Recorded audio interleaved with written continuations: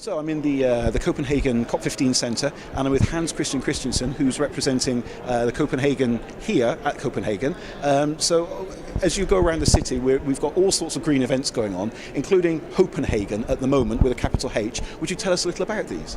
Yes, the Copenhagen is an event that we had made with several sponsors, telling something about how you can have your life in the future. We try to build up a small home for people, can see how they can change their habits about heating, electricity and so on, just to give people some new experience and some new ideas how to live. Now, at a couple of the events I've been to today, there's been a lot of mention about changing the behaviour of individual people. You know, we're hearing about global deals and global initiatives, but in the reality, there's individual people that need to make changes. And Copenhagen seems to be a city far ahead of everybody else. There's cyclists everywhere. There's all sorts of green initiatives. How do you feel Copenhagen has come so far, so well? That has mainly been a combination of the carrot and the stick. We have to use the stick a few times, but most of it is just carrots we give to people. We give them some possibilities, how to change their life, change their behaviors, and so on, so it can be more sustainable for them. One of the sticks have been that we up in the beginning of the 90s, made a decision that we will have district heat in nearly all the city area. So people were told you have 15 years to change your heat supply from your old oil supply. Now you will have district heat instead of. And today we have just reached 98-99% of all the house heating in the city is district heat. And of course that is more sustainable when you have a sustainable heat supply, heat source for the district heat.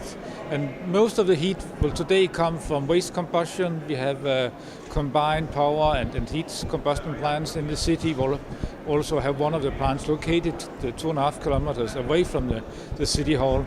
We have some power plants, also combined power and heat production on natural gas and so on. We also have some power plants on biomass and so on. So we try to give a lot of solutions to people, a lot of possibilities. And sometimes they just need a kindly puff in the right direction, and then we have to give it. Excellent. That sounds like great news. Now, are you trying to do similar things for businesses, for maybe other government organisations? I mean, the number of schools and hospitals that have buildings, there are huge numbers of these things. What else is going on?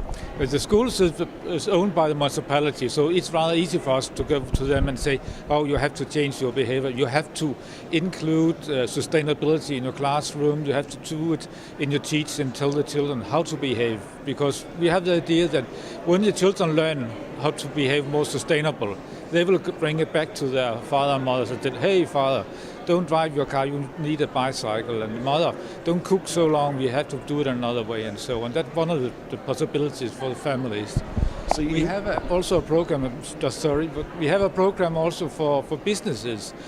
We have some people that can go up and tell them how to change their production to be more aware about heat supply, light supply and so on, go from this heavy power system to more sustainable, low energy consuming bulbs and so on. So this means that rather than working on the current generation, you're working on the future generations as well to make Copenhagen a low carbon city for decades to come, hopefully forever. That's the case really, yes?